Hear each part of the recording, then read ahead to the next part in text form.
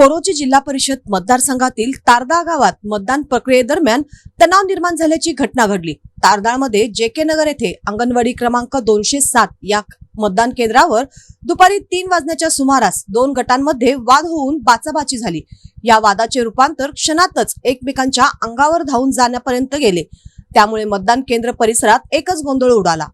घटनेची माहिती मिळताच मतदान केंद्रावर तैनात असलेल्या पोलीस कर्मचाऱ्यांनी परिस्थिती नियंत्रणात आणण्यासाठी प्रयत्न केला, मात्र जमावाची संख्या वाढू लागल्याने आणि वातावरण अधिकच तणावपूर्ण होत असल्याचे लक्षात येतात जादा पोलीस फौज मागवण्यात आली। काही वेळातच अतिरिक्त पोलीस बंदोबस्त दाखल झाला।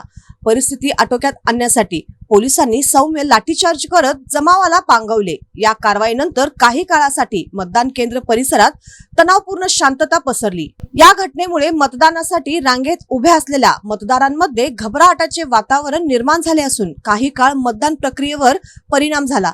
दरम्यान 4 वाजण्याच्या सुमारास माजी खासदार राजू शेट्टी यांनी मतदान केंद्रावर भेट दिली आणि संबंधित अधिकाऱ्यांकडे मतदान केंद्राची सविस्तर माहिती घेतली। जेके नगर परिसरातील मतदान केंद्राबाबत जिल्हाधिकारी कार्यालयाकडे तक्रार करणार असल्याचे त्यांनी सांगितले।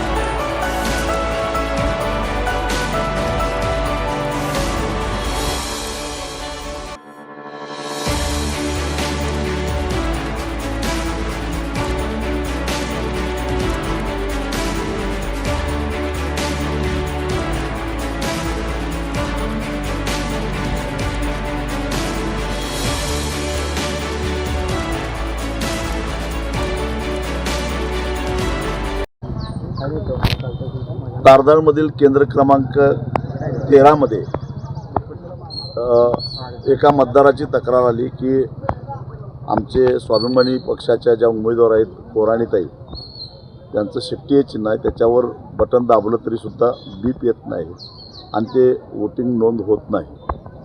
तेव्हा या संदर्भामध्ये नेमकं काय झालं आहे हे विचारायला कोराणीताई आणि त्यांचे पती केंद्रावर गेलेले असताना मांजरे सर त्या ठिकाणी काही लोकांनी येऊन काही कारण नसताना त्यांना त्रास दिला, धक्काबुक्की केली।